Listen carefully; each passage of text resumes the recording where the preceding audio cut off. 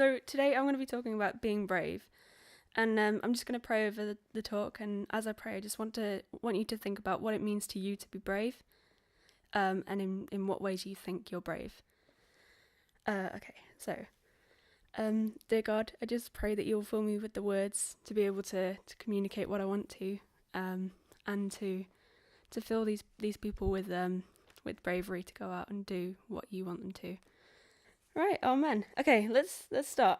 So, being brave. When I was younger, I used to think that being brave was this really, really amazing thing. Like, you had to go out and fight a bully, or maybe you had to go out and jump out of a plane, which would be totally crazy but awesome. But I've recently discovered that bravery is really different for everyone. So, for somebody, maybe it's like smiling at someone new on the street, or going to a party where you only know a few people. Or it could be one of those huge things like jumping out of a plane. But for each person, bravery is subjective. There's no right or wrong way to be brave. And that's something that I've learned particularly over this summer as I've got a closer relationship with God. So I came up with the idea for this talk when I was stood at the top of a tree at Go Ape with my new classmates. None of them knew me, and it was absolutely terrifying. I wasn't just up at the top of the tree for no reason. There was a reason for it. So we were supposed to jump off into this massive squirrel net thing where you have to fly with your arms out, and that is not me at all. And I was stood there and I was thinking, this is so brave. And I was thinking I need to go back because I really, really can't do this. So do I go back, that way back along the entire course just so I don't have to do this last thing? Or do I just do it? And you know what? I did it. And I'm proud. But I actually felt more nervous to walk into the common room that morning. And I feel more nervous to raise my hand in class. And I feel more nervous to buy lunch. So what I had perceived to be the most brave thing actually turned out to be one of the easiest things I did.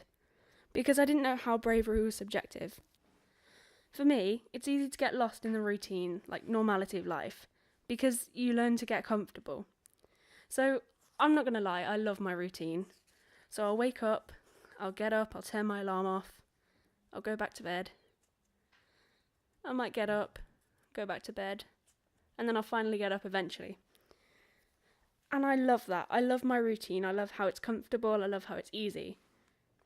But actually, I feel safe in a routine. And I don't know if that's right. Because I believe that something amazing happens when you learn to step out of your routine and to do something brave. When you make the choice to do something different. So just after the summer, I'd just been to Soul Survivor and I'd heard so many different talks about stepping out in faith with God.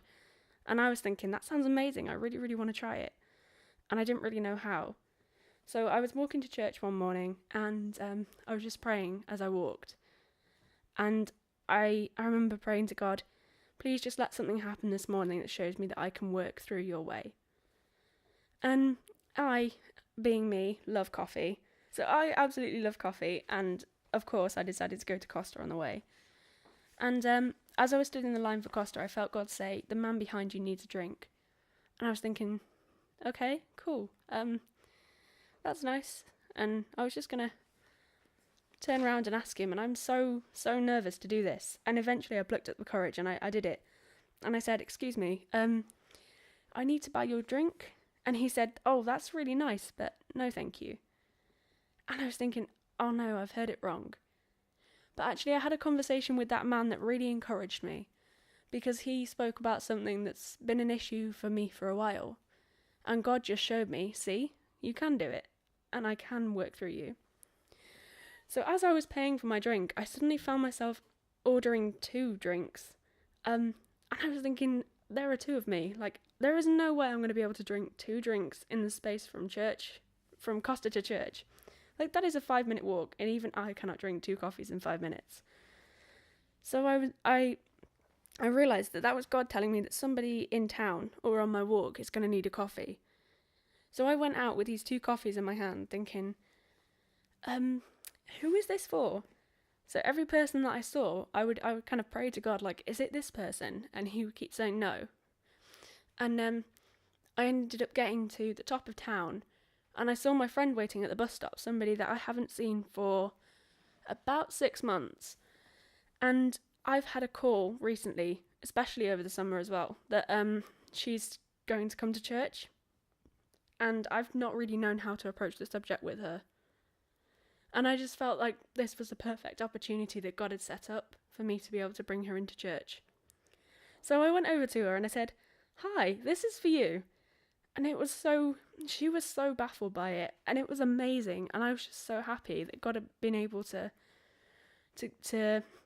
give me the courage to go and do this. And it was absolutely amazing. After this, I went to church and I was telling Katie, I was absolutely buzzing.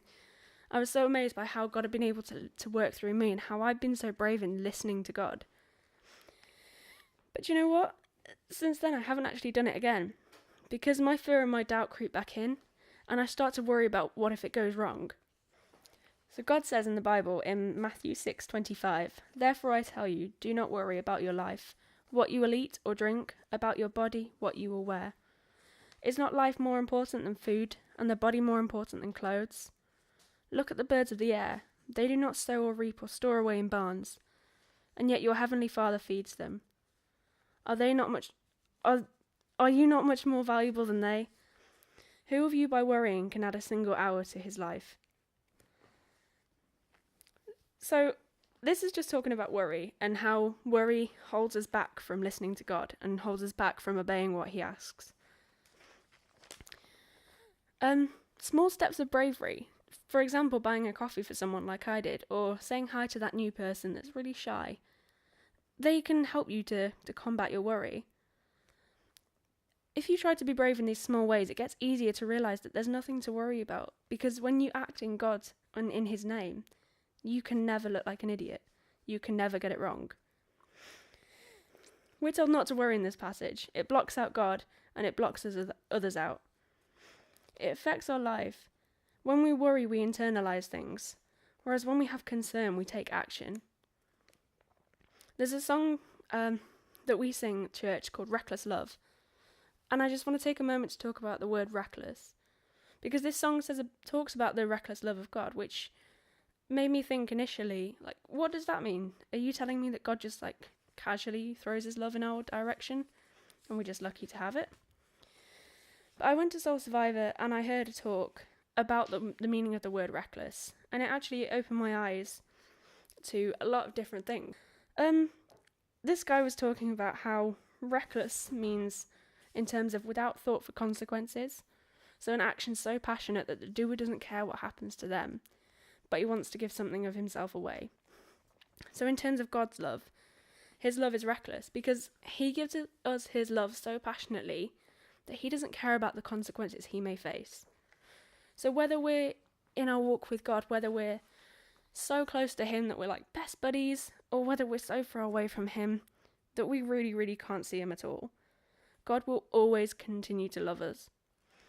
God can have his heart broken so many times by humans, and yet he never stops loving any of us any less.